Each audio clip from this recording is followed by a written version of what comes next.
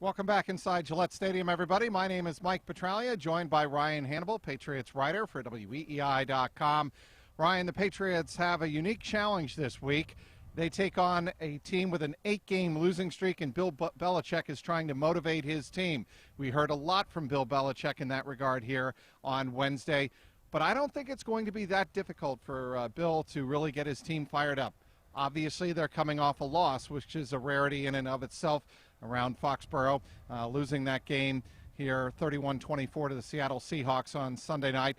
But B, this team, the San Francisco 49ers team, is coached by, of course, Chip Kelly. He is the same head coach who brought the Philadelphia Eagles reeling into Gillette Stadium last year, first weekend of December, after the Patriots had lost out in Denver, and everybody assumed that the Patriots were going to roll the Philadelphia Eagles. Patriots got up 14-0 in that game and then tried an onside kick, and the complete bottom fell out. Patriots losing that game 35-28. In short, Bill Belichick is telling his team, telling everybody who will listen, if you take the 49ers and Chip Kelly for granted, you're going to get burned again.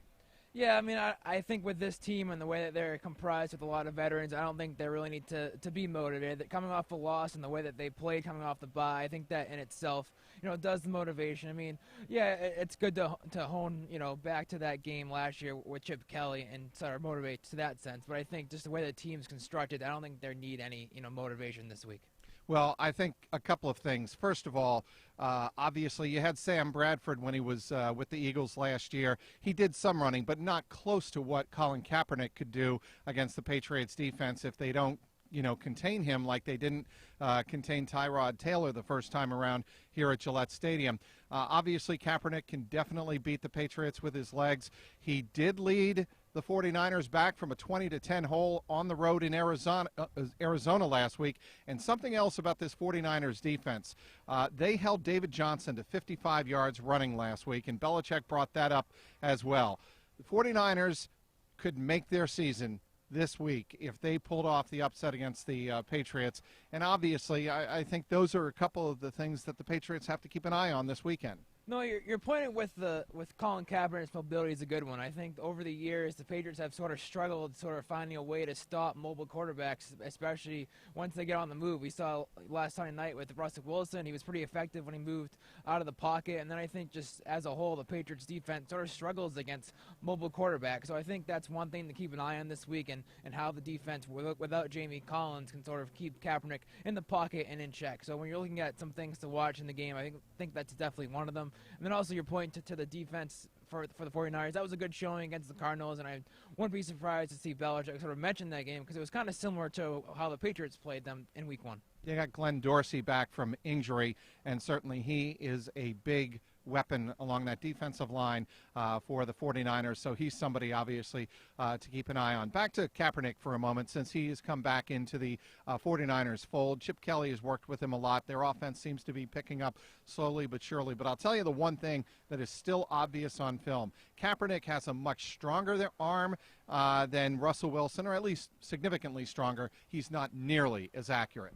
Yeah, so that's definitely something to watch on Sunday. And obviously, a lot of scrutiny's on the defensive backs for the Patriots, with especially they don't really have a number 2 cornerback right now. Logan Ryan seemed to be that guy, but then he was benched for 2 games in favor of Eric Rowe, and then Logan Ryan came back this past week against Seattle. So I think that the Patriots secondary is sort of working to find a cohesive unit and figure out exactly who their guys are going forward. And I think going against Kaepernick might be a good way to sort of see who stands where and how they might want to play the rest of the year. Before we move on to the offense and the likelihood that Rob Gronkowski will not be playing this week because of a chest injury, let's get to the mindset inside that defensive locker room.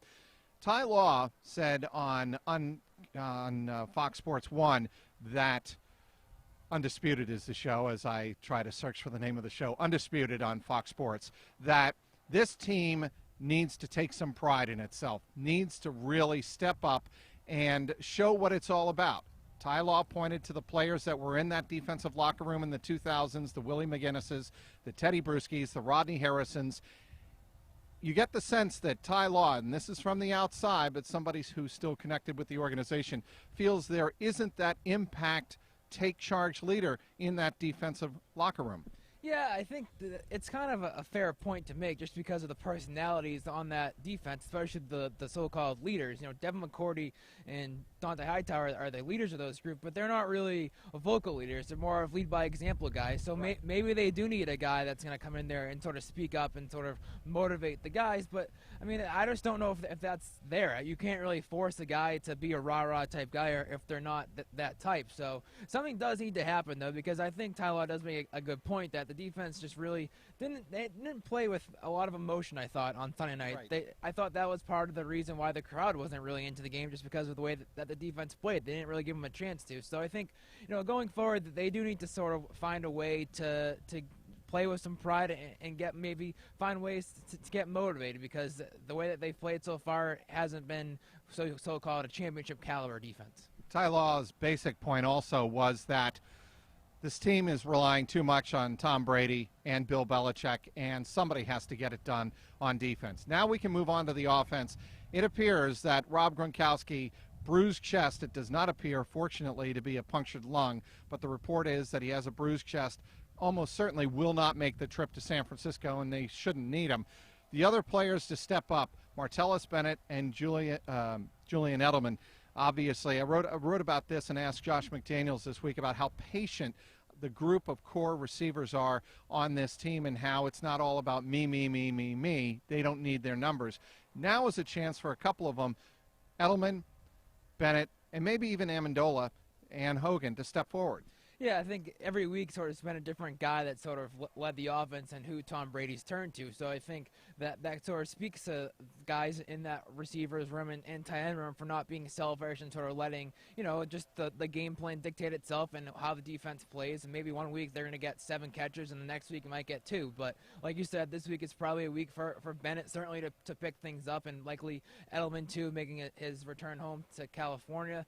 And I would also probably expect Chris Hogan and Danny Amendola to pick things up as well, probably Malcolm Mitchell too, and I think James White too. So you have to keep an eye on him out of the backfield, and maybe even the return of Dion Lewis. So bottom line, this week's going to feature a lot of different guys who maybe haven't gotten the attention they might have deserved so far this year. Chris Hogan was targeted 3 times on Sunday night. He did not have a catch. Do you think the back is bothering him? Absolutely. I think that there was a number of different times that he just didn't really look like the same Chris Hogan that we saw to start the season, and a couple of times Tom Brady appeared frustrated with him. So I think that back was something that probably limited him, and I think just seeing him around the facility on Friday, he didn't look great. So props to him for playing, but I don't think Sunday was his best game, and probably the back was a major reason why. What does Dion Lewis bring to this team if he does indeed return against the 49ers? Just another guy that defenses need to focus on. I think that him and James White sort of do the same things, but Lewis is just that dynamic in the open field and can just make guys miss, and he can make things happen seemingly out of nowhere. And the other thing I think that people sort of lose sight of is Dion Lewis can run the ball. I think when James White lines up in the backfield, it's almost a certainty it's going to be a passing play, but with Lewis there, it gives the defense something else to think about. So I think just having him in the backfield allows the Patriots to do different things, and he could even be used as a decoy on some plays. So I think just having his presence on the field is a major plus for the team. I think this is an important week, Ryan. The Patriots are 7-2, and not that they face the stiffest challenge in the world. They clearly don't, but they need to get their house in order on the defensive side of the ball. They need to prove everybody that, hey, last week was just a loss against a good team. We move on and we learn from it, and they cannot have a slip-up this week in San Francisco, I think, for the psyche of this team going forward. The Patriots 7-2. The 49ers are 1-8.